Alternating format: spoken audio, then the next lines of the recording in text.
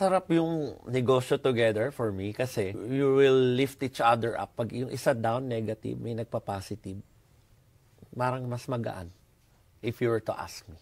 If you support each other, tulad siya, meron siya ngayong project, may business, I will give my all to support her, to give back.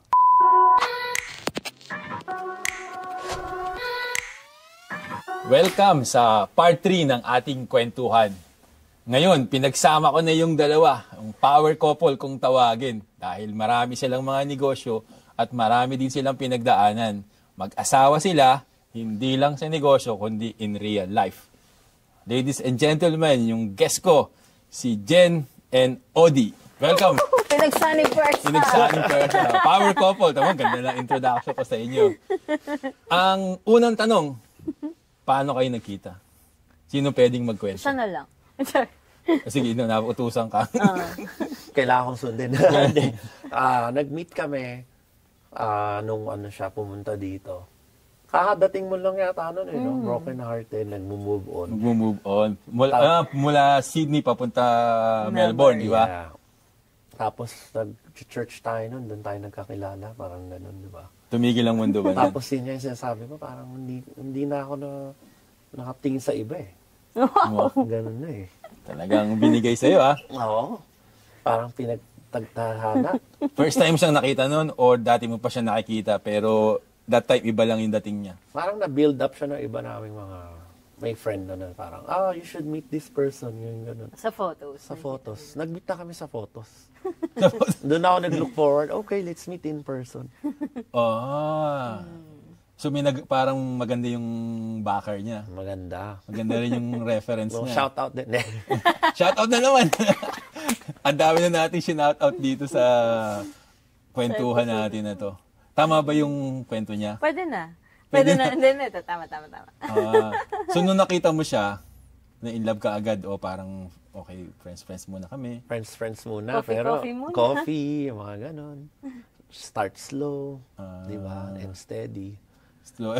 Ikaw din gano'n. Nung nakita mo siya, walang dating. Walang mali siya. Puro tama. Puro tama. Walang mali siya, nakipagkilala, friends lang. Kasi coming from a breakup, parang hirap na, di ba, papasok ka uli na, parang, parang hindi ko in-entertain in my head na merong nagpaparamdam siya or, date na pala yun, yung gano'n. Ikaw naman, ano yung atake mo? Opportunista. Alam mo agad na, galing siya sa past relationship niya, gano'n. I was the shoulder to lean on now. Yung pala atake. Parang, ako kasi, I just feel the connection, we click, parang gano'n. And then we just do it one day at a time. Pero ako talaga yung pinakamakulit. Kahit siya naman magiging testament dyan eh. Mga ilang araw, linggo yung kulitan na yan? Buwan. Sobrang kulit. Sobrang kulit. Parang everyday ko siya natawagan. Pero after a while naman, nag-reciprocate din naman siya na, kamusta ka na? Ganyan, kumain ka na ba? Iba na yung message. Nagbunga yung pagpupunyagi, pagkukulit.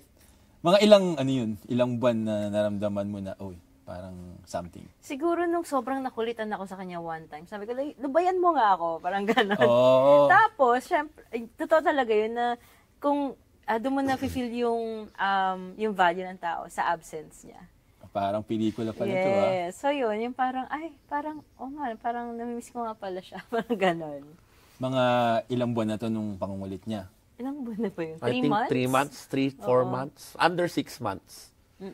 Pero parang persistent talaga ako na parang halos everyday. Kung hindi nga everyday, talagang every minute. Kamusta ka na? Tawag ka pag may time, ha? O tawagan mo ako. Nag-work siya sa sa hospital. Siyempre, parang ang hirap naman. May follow-up text pa nga ako. Kamusta na? Hindi mo yung parang gano'n kakulit. Kasi full-time ka pa rin nun, di ba? Yeah. Ikaw naman, sino ba tong kulit-kulit nito? Pero persistent naman ako. Minsan talagang pupunta ako doon. Layo ng distance, ha? Kasi taga-north saan ka ba ako dati? before. Sa Broadmeadows. Ikaw, dito sa Noble Park? Hindi. Dito pa ako, Patterson. Tumira din ako. Tapos sa ka? Broadmeadows? Roxburgh Park. Layo pa. Layo pa. Para sa mga nanunood, LDR na yun that oo. time. Pag biniyahe nyo yun, ilagpas 1 oras na. Mahigit. Mahigit pa. LDR pa. LDR talaga yung style nun. Chinaga, magaling ka, ba? Chinaga. Thank you. Worth it naman, di ba? Ayun ang tanong, worth it ba? Ayaw matulog sa garage. Kailan mo tawag dito, nakamit yung matamis na oo? Yung sinabi niya na... At mga ilang buwan yun? 1 taon yun? Hindi naman. More? Under 1 year siguro. Hindi ba 1 year? Parang, yeah, mga ganun siguro. Almost a year. Under 1 year. Siguro Sinagot mo na siya. Siguro Oo. yun yung term ngayon ng mga generation na situationship. Situationship. Pero hindi pa siya official. Yeah, Oo kasi nga. So, We nagkiklik don't na kayo. have a title. It took a while before we had a title. Pero Yeah. click kami. We're good. Tapos sino nagtanong na ano ba tayo? Ganon. May nagtanong bang ganon? Kasi so kung you're good na, nagkiklik na kayo, walang nagtatanong kung ano ba tayo. Siya lang yun. May nagtanong ba? Ako ba nagtanong? Dapat. So tinanong mo kung tayo na ba? Ganon. Parang O walang ganun? Sinabi ko na lang na official na tayo. Parang di niya alam. In-inform ko na. Na-inform na lang ako. Hindi pa nagpa-appointment. Oo. So, Parang may choice ganon, siya. in-inform. So, kailan anniversary ngayon? Yung wedding We yung had to sinusunod. made one up. Yeah, so may wedding na lang. So, yung wedding anniversary, yung sineselebrate nyo. Ang hirap kasi parang you're traumatized from your previous relationship. Ayaw mo muna lagyan ng title kasi baka, alam mo yun, you're very vulnerable. Kaya it took some time. Yun. Yeah, yun din yung mali ko. I didn't understand that much doon sa part na yun. Na, teka, nakaka-push na pala ako na-overwhelm siya, na makulit pala ako, ganun. Hindi siya nag-sink in agad until, okay, I understand now. You're still healing. You have this broken heart that you're nurturing, you're nursing. Kailangan lang niyang intindihin. Ano yung nagustuhan mo sa kanya? Sa kanya? Oy, posible namang wala. Hindi, madami. Kasi ano siya yung parang madaling kausap. Tsaka, pinaka number 1 na gusto ko laging sinasabi, she's one of the most generous person I've met. She will really give everything that she has. Kahit kanino. Yeah. I'm sure a lot of people will vouch for that. I'll ask the same question. Ano man ang gusto ko sa'yo? He's very kind. Tsaka, he's very patient. Talagang, tinatsaga niya talaga ako. Kasi, again, coming from being broken, parang lahat ng, sabi ko sa next na relationship ko, parang I want pretend, papakita ko yung pinakamasama ako para titingnan ko saan yung tolerance niya. Ganun ginawa mo. Ganun talaga. So, parang tinest ko talaga siya. So, he passed. Congratulations. Nakakadalawa ka na. Dalawa na ako, bro! And Susunod yan eh. Gusto ko yung family values niya and, of course, very God-fearing. So, yeah, those things. Nabanggit mo dun sa first episode natin, kasama mo yung family, yung sa business. Yes. So parang, saan pala nang galing tong pagiging business-minded? Kayo bang dalawa mismo? O Yeah. sino yung parang... Actually, share ko din yung quick backstory ko na batang-bata pa ako noon. Hindi ko na maalala ilang taon, pero I'm sure I'm under 5. Dinadala ko noon ng family ko sa... Canteen pa yung tawag ng lola ko. She loves Student cooking. canteen, yan. Tapos nakikita ko yung how the restaurant operates. I think doon ko nakuha rin yung pagiging business-minded. Marami siya naging business din. May bigasan siya, nagdi-deliver ako ano-ano. Parang na-inspire ako. So, doon sa late grandma ko. Na yung kaya pala maging business person kahit hindi sobrang dami ng capital mo. Just enough. Just work hard. Pero yun, baka doon din ako na-influence sa cafe. Oo nga, kasi sa going DNA, back, yeah. bata pa ako, parang na-imprint na how the cafe restaurant works. Yeah. Pero, gaano kahirap o kadali ang mag-asawa na tapos business partner pa? Mahirap na madali. Yun muna tayo sa... Saan muna mahirap dyan? muna tayo. Mahirap. Sure, marami makaka-relate sa mga mag-asawa na pareho ding nasa negosyo at magkasama pa sa negosyo. Ikaw muna sumagot. So, yung mahirap na side, yung parang, ako kasi parang yung emotional, yung di ba minsan pinag-usapan natin yung ganyan kanina, May times na ganun ako, parang siya yung taga-remind, ninanudge ako eh. Ito mga isipin mo naman itong mga supplier, bayaran mo sila, yung mga ganyan. Hindi dapat ilagay sa diary. Kasi ako sobrang focus sa hands-on. Nawawala na yung ibang detail sa back office. So yung mga ganon, siya yung parang guide ko. Kasi kung hindi, mahirap talaga i-run yun. Kasi ako, ang focus ko, how to physically be there, how to, work with the staff, do sa mga customer ko. Pero yung pala, yung backbone nun, kailangan di isipin, yung social, pag-promote, pagbayad. So, yeah. Yun ang pinaka-important. Yun yung important, na para saan mahirap. Challenge yun. Ano naman yung masarap? Wala akong mahirap. Mahirap din, sige. Dagdag mo dun sa kanyang... Siguro mahirap nun yung personalities sa under pressure. So, very different kami when handling stress. Kasi ako parang masyado akong, di ba? Masyado akong sigurong perfectionist. And kung people pleaser siya, mas siguro ako rin. Kasi ayoko na mapahiya sa client. Kailangan talagang on time tayo nandun. Way ahead before of time. Ganyan. Tapos siya parang sobrang relax siya. Okay lang yan. Ganyan. Pero ako yung parang kahit na double check, triple check ko na lahat. Kailangan talaga, alam mo yun, parang sobrang controlling ko. So, doon kami nagka-clash sa kitchens. Kasi ako usually nagluluto. Siya yung front of house. So, doon kami nagka-clash kasi may irita ako sa kanya. So, may mga times talagang gano'n na hanggang to the point na na-burnout na rin ako. So, yun. Kailangan mag-step back ka. Kasi your husband and wife first before your business partner. Pero at the end of the day, nasa-solve naman. Nasa-solve naman. Pero talagang, minsan talaga hindi may iwasan magka-clash ng opinion, nung mga mood mo, yung lalo kung pagod. She has other things, right? Commitment, jobs. May jobs ako parang, kamusta na? Ganyan. Yung energy ko, okay pa eh. Siya parang gusto na lang magpahinga eh. Parang gano'n minsan yung debrief. So, yun lang. Siguro ako, I just need to be more sensitive. Yun yung sa akin. Ano yung sarap? May maganda sa magkasamang nagninegosyo. Para sa akin, ito yung masarap. Yung business partner mo yung kasama mo sa buhay, araw-araw. Kasi, yung parang andaling mag-decide. Kahit na minsan mahirap, pero parang sa akin mas madali pa rin eh. Wala akong accountability na may problema ako sa ganito. Explain ko. Siya, I can tell her everything. Well, almost. 99.99 point something. What you don't know won't hurt. So tama naman kasi mag-partner kayo. Ikaw naman, anong masarap sa mag-asawa kayo tapos mag-business partner pa?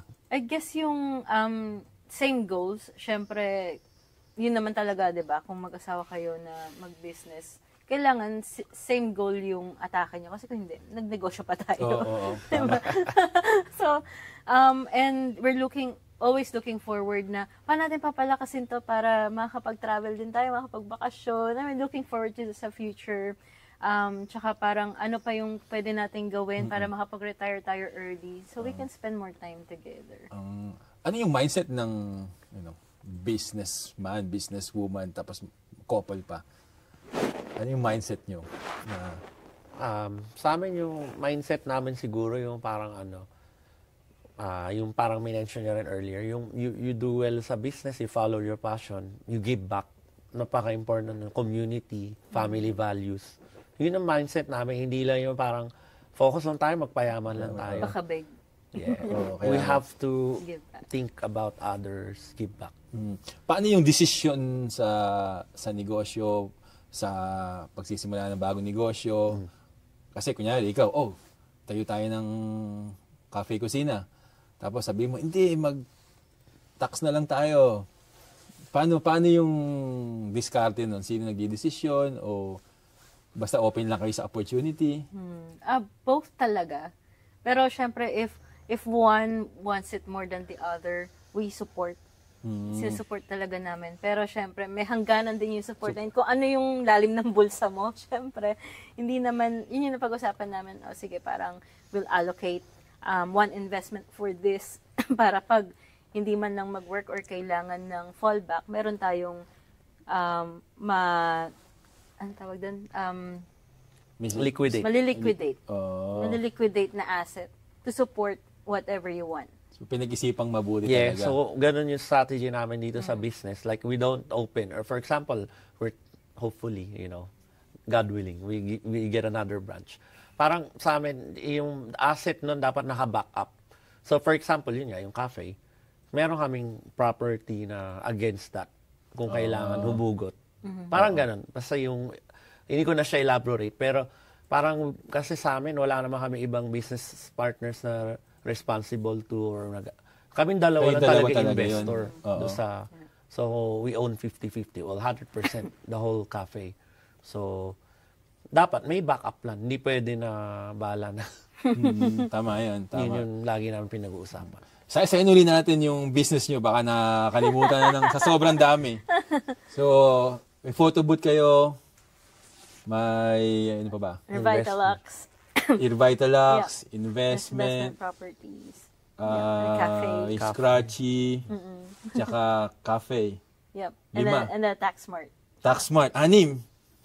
Ano pa ang next sa mag-asawa na to? Alam mo, next. May naisip pa ba kayo? O you think, okay na to? Palakasin ko na lang to? I want to support her do sa passion niya naman, yung Revitalax. Kasi she supported me so much with the cafe. So, sabi ko sa kanya, hopefully we can find your permanent studio one day or in the near future. So that's our next goal. Ang maganda sa inyo is pareho kayong pareho kayo ng mindset, pareho kayong gustong gawin na to. Di ba? Pag may idea, gawa agad. Atat kami. Oo, hindi maganda 'yun. That's a good attitude. Di ba? Kasi diba, don't let this moment pass you by. Pag may opportunity and kaya mo naman, grab it. Kasi hindi mo na alam kailan pagdarating ulit yun sa'yo, di ba? Tama. Strike the iron when the iron is hot. Yes. Kailan pa? Paano nyo, gusto ko lang maintindihan kasi yung paano yung nagka-come up sa isang negosyo. Na hindi ka ba makatulog, hindi pa panaginipan yung negosyo na to, o may nag-approach lang sa inyo, o dahil you are in the right person, right situation. Connections din siguro. A combination of things. Like in Taxmart Cafe, connections. So, kilala namin yung mga directors ng main branch. And then, they've given us an opportunity to do a joint venture. To open a partner branch, the Yeah. KC. Yeah. And then, yun nga, isa circle namin, which is almost business persons. Yun yung mga nagmamotivate sa amin, anong magandang next na negosyo, or ano pang skill na pwedeng gawin, ganyan. Yeah, so combination of things. Bago tayo magtapos, konting kwentuhan na lang. Kunyari, mag-asawa kami, may papayo nyo ba sa amin na magnegosyo kami together or we go our separate negosyo? Masarap yung negosyo together for me kasi para kayong you will lift each other up. Pag yung isa down, negative, may nagpa-positive. Parang mas magaan if you were to ask me. So, hindi siya imposible na, di ba, parang isipin mo, paano yun? Kasama na nga kita sa bahay, kasama pa kita sa negosyo. Diba? Oo. Pero may tamang atake dun eh. If you support each other, tulad siya, meron siya ngayong project, may business, I will give my all to support her, to give back. So, parang give and take sa At saka, relationship. example yung sa cafe, you don't need to be there physically. So I support him in other ways like social media, Yeah. or curating new recipes, ganyan, events, yung mga ganun, or yung answering ko yung mga emails, or pag may mga shopping, yung ganun. Hindi kayo kailangan nasa isang environment lang. Lalo kung nagkakainitan. Diba? You can have your own separate departments and still work on the business together. Tsaka, yeah. Yung sa akin, isa pang mapapayo ko, yung find your niche or your strength. Ako, lagi ko sinasabi sa kanya, bigay mo sa akin lahat ng physical labor, gagawin ko yan. Ako maglilinis, ako mag-deliver. Ikaw naman, you're the brain of the business. Parang we allocate the task kung saan yung strength mo. So I'm sure, sa partnership o sa mga couples, they can find their strength and parang work on it. Tama yun. Kasi kung magaling, ito yung forte mo, Dito ka, i-maximize mo ako. Yeah. Tapos ikaw naman, kung magaling ka sa front of house, di ba? Doon ka kasi yun yung magaling strength mo. Mm. And communication talaga is very important. Tama. Expound. Pag pinalo ka na, mali na yan. Mali na yun. And, di ba? Ano masasabi mo dun sa happy wife, happy life? Totoo ba yan? I can guarantee to it. Guys, totoo yun. Totoo. Hindi lang siya chismis. Totoo nga ang chismis. May nabasa ako na, ano ba yun, yung daw matutulog pag nag-aaway, di ba? Kaya, Yeah. sila 2 days na sila hindi pa natutulog. Pero, you know, parang space is good also. So, kung kailangan yung mag-take a break dun sa away para, maklear yung head. And then, maybe you have a trusted person that you can debrief with. Importante din kasi may support ka outside the marriage to guide you through, you know, how to navigate the relationship. Importante yun. Kasi kung you're just in your head, parang masasabog ka din. Sabog talaga. Kasi you have to navigate as a couple and also as a business. Di ba? Yun yung parang dalawang ilog. Di ba? Yes. Ang hirap kasi parang wala nang fine line kung saan nagtatapos yung pagiging business partner mo. And partner, husband, and partner. husband kasi parang, na siya eh. Intertwined siya. Intertwined talaga siya kahit anong gawin natin. Hindi mo ma-separate yung hat na yun. So, it takes skill and communication para it will work out. Tama. Saka lots of experience, di ba? Pagka ginawa mo na to, hindi nag-work, iba naman. Yes. Totoo. Matutong makinig. Tama naman. Marami ako natutunan sa na lang interviewin ko. Parang nakikita ko yung sarili ko sa'yo. Ngayon nakikinig na ako. Ayan, Ako very din. good. Very good na ako ngayon. Basta ang motto is happy wife, happy life. Kahit sa business. Tama. Kahit sa business. Ano na lang, bago tayo magtapos, ano yung maipapayo natin, maipapayo nyo sa mga mag-asawa na nagbabalak mag-business? Papayo ko lang kung nasa puso nyo yun, pagdasal nyo, if you really want something so bad, maramdaman mo naman yun na ibibigay sa'yo. Tapos pangalawa, don't be shy or huwag kayong mahiya sa advice ng ibang tao. Kasi ako dati talaga stubborn ako makinig. Kahit yung mga mentor ko, yung mga kaibigan ko, alam nila yun. Pero now, I realize yung value ng advice, ng experience nila. Na the sooner you listen to people or to take their advice, makakatulong siya talaga sa decision mo in the future. Tapos pangatlo siguro yung ipa-prioritize mo pa rin yung partnership nyo, yung pag-aasawa, yung spouse nyo. Kasi at the end of the day, yun nga, babalik ako doon sa happy wife, happy life. Kasi yung partnership, nandiyan naman yung business eh. Pero kung sa bahay, hindi kayo okay, ano yung point no? Nagbi-business ka pa. Parang ganun. Yeah. Ako naman parang Ikaw una, based on experience, this is not financial advice. Know your numbers. Up to saan pwedeng gastusin ang mga naipundar na, up to saan yung ceiling nyo na pwedeng i-liquidate yung mga assets. Kasi parang kailangan, kasi minsan, di ba, meron talagang isa na mas passionate dun sa business. Parang siya, sobrang passionate niya talaga sa cafe. Na-feel ko naman. So, minsan, pag sobrang passionate ka, you become clouded din.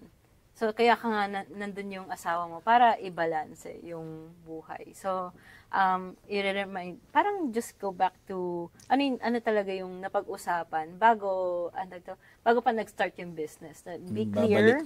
Balik ko yun sa simula. Yeah. Ano yung business plan? Ano talaga yung napag-usapan nyo? Kasi nga, pag passion takes over, parang medyo hindi na tayo nakapag-isip ng tama. Naging emotional na. Yes. I'm guilty. Diba? Ayaw mo naman na sa lahat ng napundar mo para lang ma-support yung passion para maging happy yung partner mo, magsasuffer kayo in the future. So, you have to plan ahead din. Diba? I know, you always draw the line. Yeah. Parang, ay, enough na to. Diba? May ganun. Kaya siguro kayo nag-work kasi kaiba kayo, pero magkapareho. Yes. Alam mo yun? Yung hindi two becomes one, kundi one and one is two. Parang ganun. Na nandun pa rin yung Odi, nandun pa rin si Jen. Yeah. We're still individual. Oh, still Individual individual pa pa rin. Yes. Oo. Maganda. And parang, ayun, respect your partner and respect yourself too. Kasi minsan, gusto na lang natin ibigay lahat dun sa asawa natin, di ba? Pero you have to look after yourself too. Nangyari rin sa akin, di ba? Na you have to draw the line kung saan, kung mag-burnout ka na. Kasi later on, it will affect your relationship also. And you don't want to have resentments. Tama. So, kailangan self-aware ka na, ay, napapagod na pala ako. Parang, and you have to be open to your partner too na, yun nga, again, communication is the key. Na, i-communicate mo kung ano yung nafe-feel mo talaga. Kasi, so that they'll understand na hindi lang, you're not stopping to help them kasi baka ma-feel nila ma-abandon sila, but you're also, you need to also look after yourself. So you won't lose yourself in the process. Tama. Parang yung sa, ano ba ito? Sa airplane, di ba? Pag may emergency. Di ba? Dapat ikaw muna Ikaw yung muna. lagay ng mask. Yes. Kasi paano ka magpupuno ng iba kung ikaw ubus ka na? Oo. Wala ka na ibibigay. Wala ka na ibigay. Galit na lang. Tama. Maganda tong usapan natin. At di ko alam kung hopefully maraming natutunan yung ating mga manonood sa ating kwentuhan. Bago tayo magtapos, shout out uli natin yung mga negosyo natin. Saan ba kayo matatagpuan? Ano yung uling mga Facebook natin? Yeah, so Cafe Kusina po, matatagpuan sa 726 Burke Road in Camberwell, 3124. And you Open can ba kayo? Sorry, open ba kayo every day? Yeah, every day except Tuesday. So Monday, Wednesday, open until 6. So 11 to 6. And then Thursday to Sunday, from 11 a.m. to 9 p.m. Yeah. Facebook. Yep, Cafe Kusina. And Instagram, Cafe Kusina Os. Ikaw naman, mga iba pang negosyo. Ayun, so Taxmart Cafe KC, you can just Google us. You can reach our accountants there. Sorry. Tapos, revitalox.au.com.au. And yun, nakakalat lang kami sa Facebook. Kung saan-saan sa Facebook. So if you want to chat, kung ano yung mga experiences, if hindi naman siya professional advice, but based on our experiences, we'll be happy to help. Yeah. Salamat. Again, maraming salamat. At saka salamat sa One Play Zone Salamat for having for the us, opportunity. One Play Zone. Saka One Studio. One Nasa Studio. One Shout out. Studio. Shout out. Yeah, Thank it's you. proud. Shout out ko na rin yung jacket sa I love One it. Prince. Yan, One Prince. Pag gusto for niyo ng all your jacket. merchandise needs. I love it. So, Ayan. salamat. Well, salamat, Odi, sa iyong Salamat time. din. Very generous. Thank you And so salamat, much. Jen. Salamat din sa mga nanood. At Thank you hopefully, may natutunan kayo. Pagka gustuhan nyo to, mag-message lang kayo o share nyo to sa inyong mga socials, sa inyong mga kaibigan. At Hit the like button. Hit the like button daw. Thank you. Bye-bye. Bye! Bye.